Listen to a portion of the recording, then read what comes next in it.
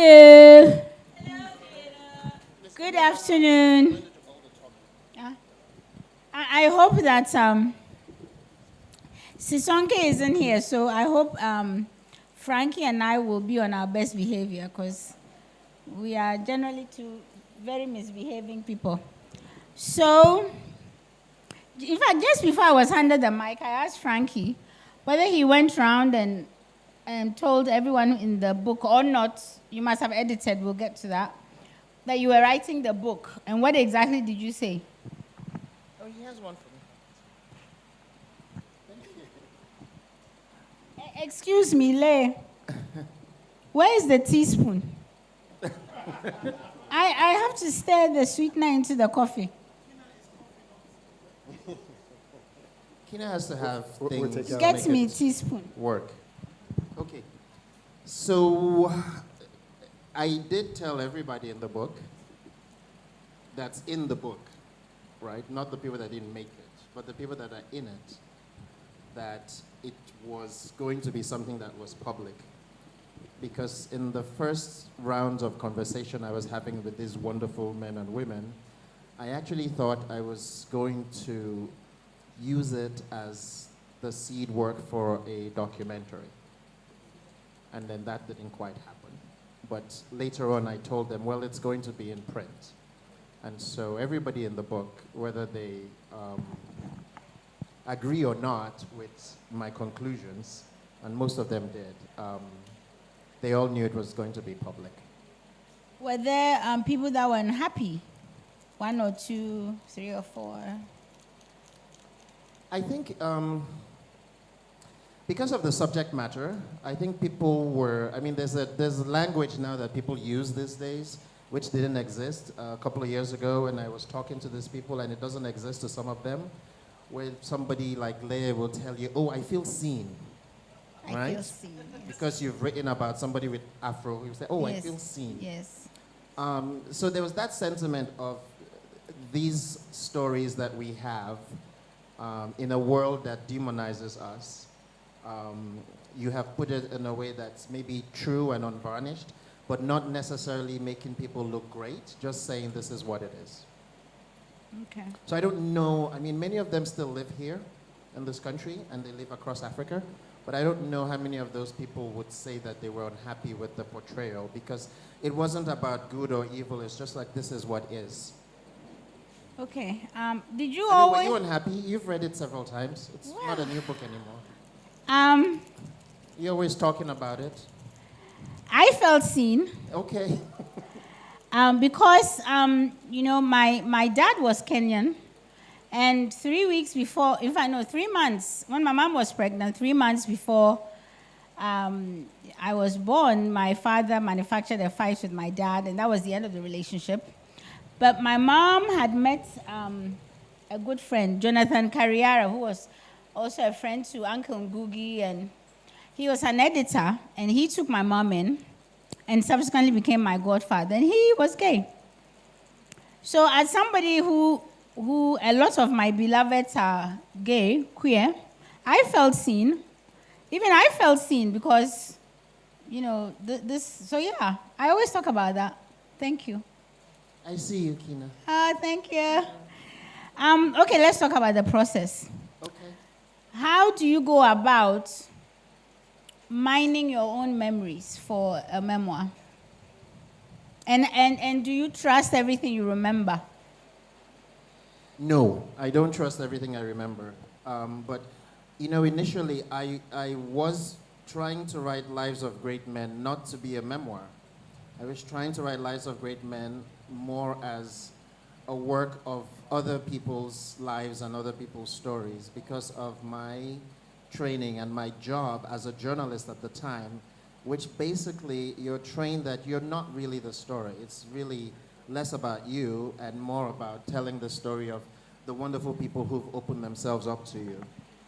So in that instance, I approached these men and women with the idea of having recorded conversations, and some of them I had known for years. So even if they didn't trust their memory, there were situations where I was in with them, and I would say, remember this, remember that.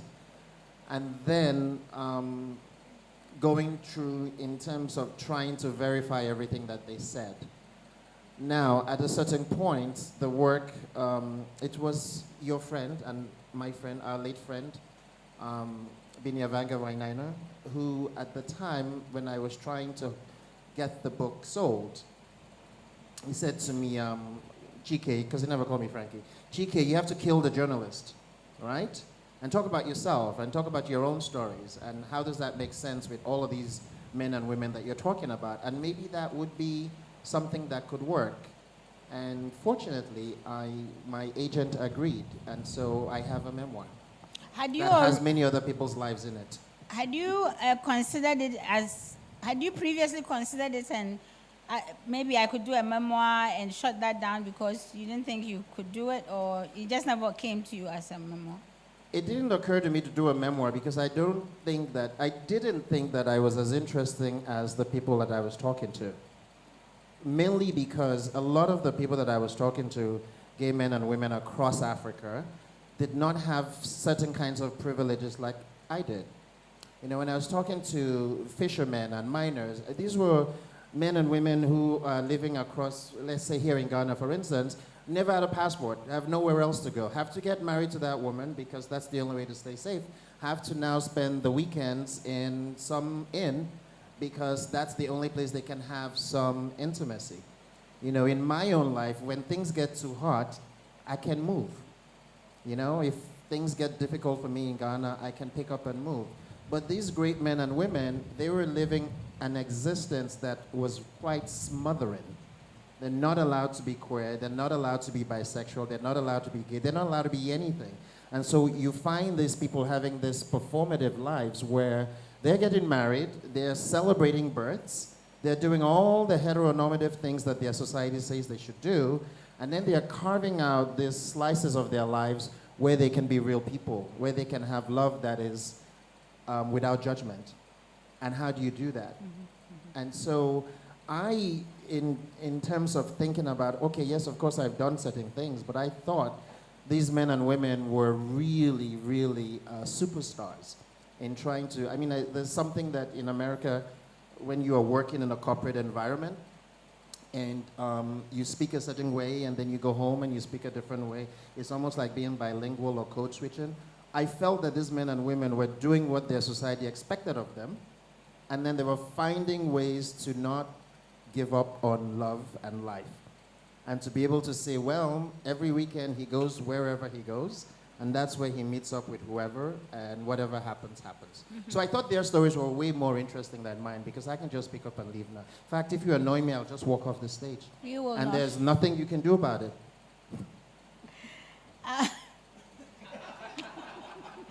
Anywho, I said you should behave, and therefore this will work. Sorry. Eh? So I think the best memoirs work also because there's a huge dose of vulnerability that you know what I mean? Did that come easy to you, being vulnerable with your own story on the page? I wouldn't say it came easy, but the thing about it is that, you know, I have said everything that could be said about me, so I can't be blackmailed about anything. Because it's all in the pages. Every person's husband, everything that I've done is all in the public domain. So it's not easy to do those things, but once it's done, you can't take it back. You know, so there's nothing about me that's this huge secret because it's all in the pages of the book. Actually, this was really, really interesting. There was a friend of mine sent me something last week, and it was these days you wouldn't know too much about this, but in social media there's some things that you do to trend, right? Yes. Which means to get clicks. Yes. And so there's this organization in Nigeria that had this whole article about the top 10 celebrities who are secretly gay in Nigeria. Who's number 10? You. But you're not. I'm a celebrity, and I'm not. And so these guys had gone through my Instagram feed, and they had taken... Oh, they didn't know a book existed, huh? I don't know. They took pictures, and they put all of that, and they said he wrote a book, but that his love life is a secret. which is interesting because people that know me know I've been with the same person for, well, some time. Donkey years, yes. So Yeah. it's you put all of these things out there and you hope that nothing bad happens, but ultimately people will take what they want out of you. And yes, of course, I feel like, okay, what could you possibly say about me that I haven't said about myself? And in terms of my indiscretions and things that I did in 2007, 8 that I would probably not even dream of doing today. I'm a very different person, but having the ability to look back and say, back then you were really judgmental, and now being able to say to yourself, people have different lives, so there's no need to judge someone who is living the kind of life that you wouldn't live, because their reality is you cannot be queer in certain spaces. It's just impossible. It's so smothering. And so very often people would say things like, well, people shouldn't be deceiving people. And I always respond is that you actually don't know what is going on between two people who decide to have that contract. Because a lot of the wives of the men in the book that I talked to never ever felt like they were victims. They got what they wanted. Well, I always wonder, did you keep a diary? Were you someone who journaled? So did you have sources? Because I can't remember certain periods of my life that I haven't written down. Especially if it's a terrible period, the people are gone, the details are lost. So, Aminata the other day was talking about trauma. You don't Yes. have trauma, you have difficulty. I have difficulty, yes. No, I don't have trauma, I have difficulty. I can't remember. I can't. You block it out. Absolutely, and it doesn't come back. I write everything down. See, I do that now, but back then, I don't remember the period my mother was in PNDC and we had to leave just before. I can't. So you used to write everything now from I still childhood. write everything down. Okay, so then There you. are things that are for me, right? But I write them try my down. best in my own personal life, and it doesn't always translate to work, to be as detailed-oriented as possible. Okay. So I write down things that don't make sense to anybody but myself, about clouds, about how the day looks. But if things are significant to me, I tend to write those emotions down. Like when I would fight with my father, I would write about it and how terrible it was. Okay. And then I would remember it. And then my Okay. brothers would say, but it wasn't that bad. Bad. And I'd be like, but I wrote it down. When it happened. When it Because your happened. memory is much better Yes. the moment it's happening to you versus years later when you're thinking, is it blue, is it red? And because I wrote everything down did not mean that in trying to do a memoir that I didn't have to go back and have arguments with people who were around the same time. Because my brothers, for instance, they remember certain things about our household differently. Yes. They remember Yes. colors differently. And so we had to compromise by having our mother go and find photographs for me to figure out, was it blue, was it red, what was it? And talking about your family, how did your parents feel? How did your siblings feel? So I have a very, very large family. We're just yes. a lot of cousins, a lot of people, a lot of brothers and sisters. We're actually about, there were 6 that we were in the house with. And after my father died, there were others. So maybe we're 10 or 12, I'm not really sure, but there was lots of siblings. I think that the first people who read the book were my mother and my siblings, and they all came to the first book launch, and they were really happy. My father got around to it later, and they were happy. And that's really all that mattered, I think. Because there's an extended family, there were people who were slightly complicated by having someone with their name in the public domain, but they don't get a say. We only have one life, so. Okay. How much time is left? 5 minutes. Why is it that every time I ask is 5 minutes? I don't know, I just said that because I'm afraid of you. Was it relatively easy to sell the book? No, Talk about that. I want people to buy it. Please, Still. please buy the book. No, I think it was not easy, but I also think that a lot of the things that I do are not easy. So for me, the ideas and the things that I have, they make sense to me and not so many other people. I mean, I think that there's a lot of people who looked at the proposal and the bits of Lives of Great Men, and there's many people that told me, oh, this would make a nice blog post, or this would make a nice whatever. And the only thing that I learned from my agent was that you only need one person to say yes. And when one person said yes, and was a wonderful editor and publisher in the UK, then so many other people were able to see the vision and to say yes.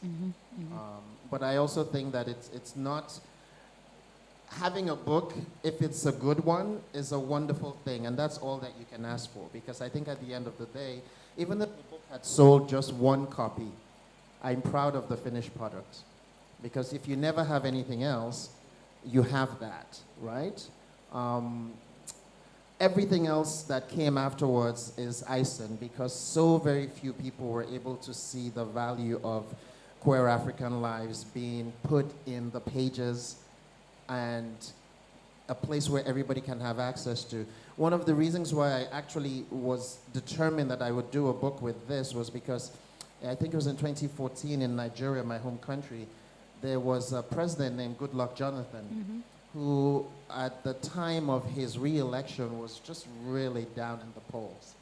And one of the things that in Nigeria, or at least in our world, is an instant vote getter is when you make enemies out of queer people.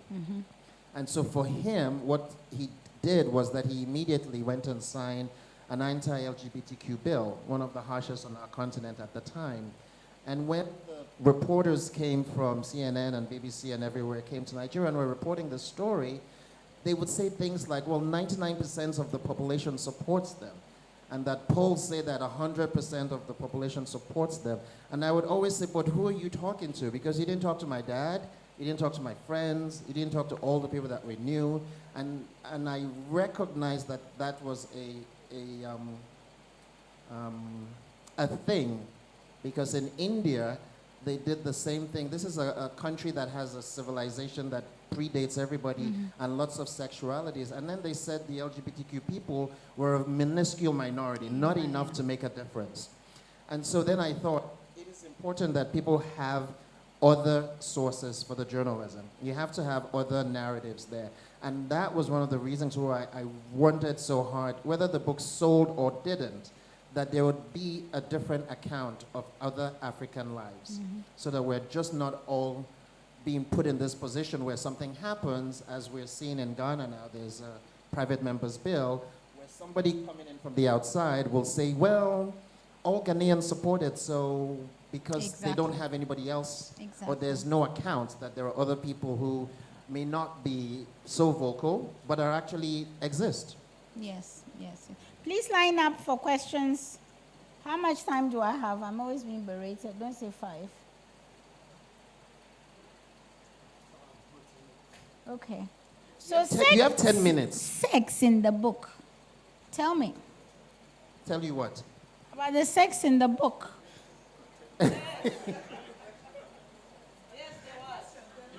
Oh, okay. I've been saved by the questioners. One of you better ask about the sex in the book. Yes, question. In a way, it kind of gets to that. So you mentioned, sometimes... Hi, Gregory. Hello, my love. Everybody should know that Gregory is a Pulitzer Prize winner. Yes. Okay, go ahead. Okay, thank you. Sometimes having a good memory and having good notes can be a liability, right? And because we rehearse stories about what we think happened, and we can polish them to such an extent that the text of that becomes flat. The story itself becomes kind of two-dimensional. And so I'm always interested in the story that's behind the story, because when we can feel a writer digging for that other story. And so my question is, could you talk about the moments, I'm sure this happened to you, the moments when you found that there was something more than or something beyond the story that you had so confidently told yourself? Sure. I think there were instances where I remember things. So many years ago, there was a time, and I'm going to date myself here, there's a time when there was economic instability in Ghana, and there were a lot of Ghanaians in Nigeria. And as you know, we Nigerians get finicky, so after a while we were like, you know, all the Ghanaians, you have to go. Yeah? Take your bags and go. But in between that time, I remember down the street from my house in Adeyemi Lawson and Ikoyi, that there were these Ghanaian queer people who were down the street, and you know, they ran a hairdressing salon, and then they vogued on the streets in the evening, and we were all friends with them. And I remember when I was writing the book, my mother reminding me that, you know, there's always been people like me, she said, around all the time, right? And you choose to see what you want to see because you're thinking that you're so different and you're so special and you're this and this, but she has seen queer people around. She was like, you know, that guy who used to do my hair was one of you. The hairdresser of Harare. And when I was trying to tell these stories, I really wanted to have as much stories of other people as possible. The less of me, the better, I thought, because I felt a responsibility that if this was the only book that was going to come out and be honest about queer lives in West Africa and East Africa and South Africa, places where I felt at home, I had to have more of other people's stories in them. But then again, it's a memoir that's been sold. So then what do I do with all these stories from my own little life, right? How do I make them relevant into the lives of these great men and women that were around me? And so I had some difficulty with some of those memories. If they didn't connect to people, I don't know if that answers the question, but that's where I had my challenge. If they didn't connect to the men and women I were highlighting, I would ask myself, what purpose does this serve, talking about how wonderful I am or how special I am? I hope that makes sense, sir. Come back to that. Okay. Better than the sex question. You and I have had the Hey, Remy. Hi, Chike. How are you? I've had the good fortune of speaking to you about your memoir for Duke Literary Magazine. You were our first male interview for Literati. There's one question I didn't get to ask, and it is very simple. In your book, you talk about a lot of instances of intimacies. And in those intimacies, if there's more than one participant, who owns the right to those memory and to represent it? Because if you put it on paper, are you not taking ownership of that moment? Thank you for that. So yes, in many of the episodes that Keena likes to talk about sex, for me there were intimate moments. And intimacy is something that I think when you're discussing our lives, we're often reduced to acts. We're often reduced to the sex acts by newspapers and media and all of that. And I wanted to show the broad range of what our lives are like, and much of it is intimate, even if it's, in some people's eyes, not always appropriate. And so, you know, if you have been, I'm a hugger, and so if I hug you, that's my moment, and I can talk about it. I feel, but yeah. So I think that shared moments don't belong to nobody. They belong to the people who participate in them. And the people who were intimate with me and are in the book, none of them have complained about that. So I hope that they understand that it's my moment too. And as a journalist, you have to be truthful, even though you don't want to be part of the story. But yes, I did have these intimate moments with people that I shouldn't have, in retrospect. At the time, it was hot. Hi, Sharon. Hi, honey. Sharon's my angel. Which is why I wanted to stand up here and say that when we were selling this book, when he was writing this book, the public discourse around a gay memoir was very different. Black Lives Matter hadn't happened in America. The Me Too movement hadn't happened. It was a very different landscape, and major publishers were not really publishing much in the way of gay stories. And if they did, they were like, well, we've already got one of those, so why would we need another? I think if we were, and it was not that long ago, you were researching and writing in like 2015, 16, around then. And I was going to note that when you finally let it become a memoir, it was like you completed the electric circuit and the book switched on. You know, the lights came on, and then it became what we have now that won awards and acclaim. Oh, yes, that did happen. You forgot to mention that. Oh, get out. But what I was really going to ask is, considering how much the ground has changed since you wrote it and it was published, would you have done it differently if you were doing it now? And I don't really mean who you are now, but the way that the public discourse has changed. You were writing into a space where these stories really literally were not being told. And now that they are, you know, I wonder if you would come at it differently.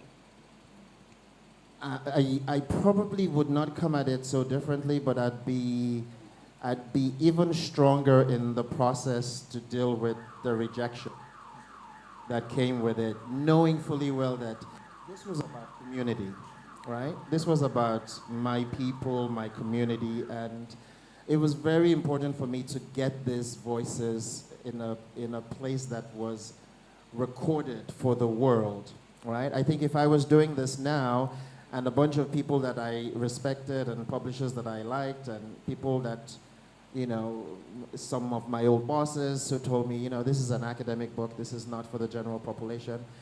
And for me at the time, it was very difficult because I knew that if I did an academic book, the people who needed to have access to it would never have access to it, right? I think if I was doing that now, I'd be a lot less dispirited, but I would still try. I think at the time, it felt like it was never going to happen. And then, you know, when Binge and you said this should be a memoir, and I switched into memoir mode, things started to happen. Hello. Oh my God, she's so fine. Hi, Chike. Hi, Nana Dakwa. I remember the year I read your book. It was like one of my favorite books of that year. Thank you. And when I think of other memoirs that I like, I also think of Maya Angelou, who wrote her memoir in several books. I mean, you wrote the memoir a few years ago, and I'm sure you've lived many exciting lives since then. Would you consider, you know, like in the future, writing another memoir? And if not, why not? I don't know, because I fundamentally, I don't think I'm that interesting enough to have two memoirs in my life. But you never know what will happen tomorrow. I think that for me, the goal is a very simple one. To continue to tell these stories, both in fiction and in nonfiction, to try my hardest to get more books out there that serve my community. And then if at a certain point there are things that I've done that are interesting, then maybe I could revisit that. But I don't want to, I think this morning on the breakfast show live stream, I think it was Nia Ikwe Parks who was talking about being a storyteller. And I think for us African writers, there's a little bit of responsibility in trying to make sure that our stories stand the test of time. And so for me, I want to continue this work, and I want to continue it in a way that is interesting and responsible and is in books, and it's in the printed word. And it may not necessarily be in memoir form.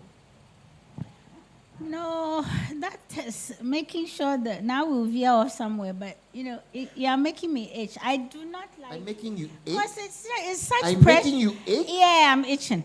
It's such pressure to say we want to make sure our stories stand the test of time. Am I lying, Me too. Wana? And I don't think that African writers should burden themselves. Yes, but the point is you're not queer.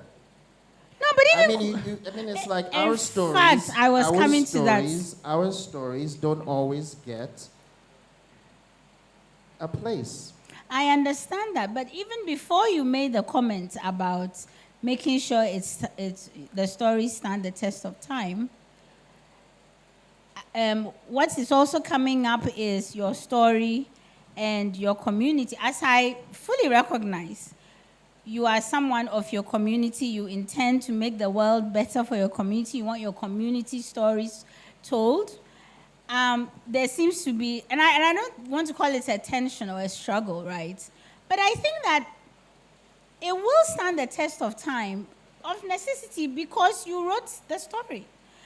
But if you burden it, if you continue to say we want, then it's like an additional layer that is not necessary.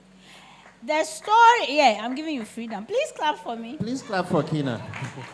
Because to be writing about a queer man living, growing up on the continent, your story, the book is so powerful that I told you that I felt seen. And what am I, the godchild of a gay man now dead? Do you see what I'm trying to say? Even I felt like, wow, someone actually has seen my childhood, a household. So disabuse yourself. I am Please. disabused. We shall not be burdening ourselves by saying the stories we write, you write, will lay the path. It's what other people will walk on. I'm so poetic. Please. Thank you. How much time do I have? Do not come and tell me next time. Come. You know what they do to me? They come to me separately and they are like, Kina, we want to tell you went a little bit over time. Okay. So, Frankie, thank you for your words. Hi, Renee. Thank you for Thank your you for words. coming to Ghana. Absolutely. So my question is, in your reclaiming of the narrative, what has been the cost and what has been, for you, any loss? I didn't hear the last part. The cost and any loss. We know that you've paved paths, but I imagine that there must have been some cost and some loss. Okay. Well, I think that anybody who is working in this space already will not have necessarily an easy path. But I feel like anything that has been taken from me, or any love that has been withheld from me, or any deals that I didn't get, I have been replenished 100-fold with Lives of Great Men. I mean, this book has taken me to places I never thought I'd go. Around the world, and I got stopped once at an airport, and somebody just gave me the VIP treatment because he had read my book. I mean, it's gratifying to me that so many people who may not be able to talk about it publicly have found the book, and it has helped them in some way. And so for me, anything that I may have possibly been sad about, or been lost about, or been down about because I didn't get this or that, it has been magnified by the kind of joy that people who actually engaged in the book have poured on me. I hope that makes sense. Hi, thank you for a wonderful panel, and thank you for a beautiful book. As you know, I've read it 3 times so far, and I've recommended it for teaching. And I wanted to bring to your attention that much as you're paying attention to sexuality and it's attractive to talk about, that book is anchored by your activism in journalism in New York. Yes? Yes. And the things you started as a person that didn't happen within the black community. But most of all, that young man that was killed, Amadou. Yes. Could you please tell the audience about that as well? Sure. Thank you. Thank you, Jennifer. So in my previous life, I was a journalist. And I'll tell you a story that I tell to students at NYU about the value of studying away. When I was, a million years ago, when I was an undergraduate at NYU, I didn't have any money. But I really wanted to go and study someplace. And so I remember going to Paris and studying French literature. And when I was there, those were the times when you could write letters and stuff. And I wrote to my mother that I was having, not necessarily adjustment issues. It was very nice being there, and Paris was such a wonderful place, but I wasn't doing very well because I didn't have money like my classmates, and I was hungry a lot. And she wrote back saying, you know, find a way to make Paris home. So one day, I saw a brother on a motorcycle, and I flagged him down. And in my broken French, I asked him, I really need to find a place to get a haircut. Right? And he was like, oh. He put me on his motorbike, and he took me to a place in Paris, which is called the 20th arrondissement. It's on the edge. And once I got there, it was a different kind of Paris than I had been in the dormitory. It was full of Africans. It was full of West Africans. There was a black barbershop. There were several. But there were also many different kinds of food that I could eat and be happy. And so I spent the rest of my time in Paris navigating this African world in this most European of cities. And that ignited something in me that when I actually finished school and I became a journalist in New York, I started looking for new New Yorkers, people like myself who had just come to a new country to live. And I started covering black people, African people, who were sort of in places where they weren't supposed to be. And so when Amadou Diallo was killed by the New York City Police Department, in the vestibule of his home in the Bronx, not far from where I live now, what had happened was there was plainclothes police officers looking for a rapist, and they saw this beautiful, tall young man, and we don't know what happened, but we believe they asked him for his ID, and he reached into his pocket, and they assumed that he was going to open fire, and they shot 41 times at him, and he died. And then it turned out that what was in his pocket was an actual identification. At that time, we had a mayor called Rudolph Giuliani, and he was very much into law and order and policing. And immediately, I began to see the campaign from the New York City Police Department to say that this boy, who was a West African immigrant from Conakry, Guinea, did not speak English. They called him a peddler. He was selling gloves on the street. He was not educated. He was all of these things that they took down. And I remember at the time I worked for the New York Post and fighting with my editor saying that we can't take what they're saying as gospel, because I recognize Amadou as myself, a person who came from privilege here in West Africa, who went to America to go to school, who told his parents, you know what, I'm going to do it on my own. That's what he said to his mother and father. And they were quite wealthy. And so he decided that he was going to pay for his own computer school, and then got killed. And so you had this demonization of him as being this peddler, this illegal immigrant, all of these things that he was not. And so once we had a series of stories in which I sort of tried to change the narrative of how they were painting his life, we got a fuller picture of who he was. A law-abiding, good Muslim boy who worked a lot and was killed by police.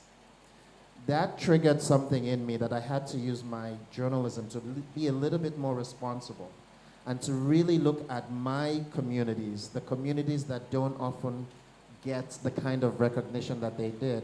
And so I started to continue to do that work that I did in Paris, which is to write about our people, wherever they are. Of course, that's not the only thing that you do, because that's not going to feed you, right? So I did all the things that I was asked to do. I covered politics, I covered government, I covered all these things. But I had a very, very specific interest in looking for communities of people like myself who had moved from one place to the other, out of necessity or out of choice, and how they were navigating those lives. And that also impacted how I looked at Lives of Great Men, because it's not just about queer people, it's about people moving and surviving and being invisible, right? I think Aminata talked about, like, one of her books where people said she was writing about invisible people, and she says, I see them all the time. So there's a lot of people in our world that have moved to different places, and we don't get to see them. And when things happen, like when Amadou gets killed, other people then say he was this when he wasn't that. And so that is why you know, the memoir has that sort of like journalistic bent and a little bit of activism in it, because I felt it a mission that if I am going to have the opportunity to tell a story, I want to make sure that all of it with nuance is done. Thank you. Okay, yeah, clapping. Thank you, Frankie. Thank you, audience. We are done. Okay. So this is the book. Oh, and please buy the book. Grab your copy. Buy 2 copies, cry, and go and dash them to somebody. And Frankie will be sitting on the desk to my left where the books are to sign them for you. Buy a book, read a book, and book your place. And we're on time. We're on time for the live stream.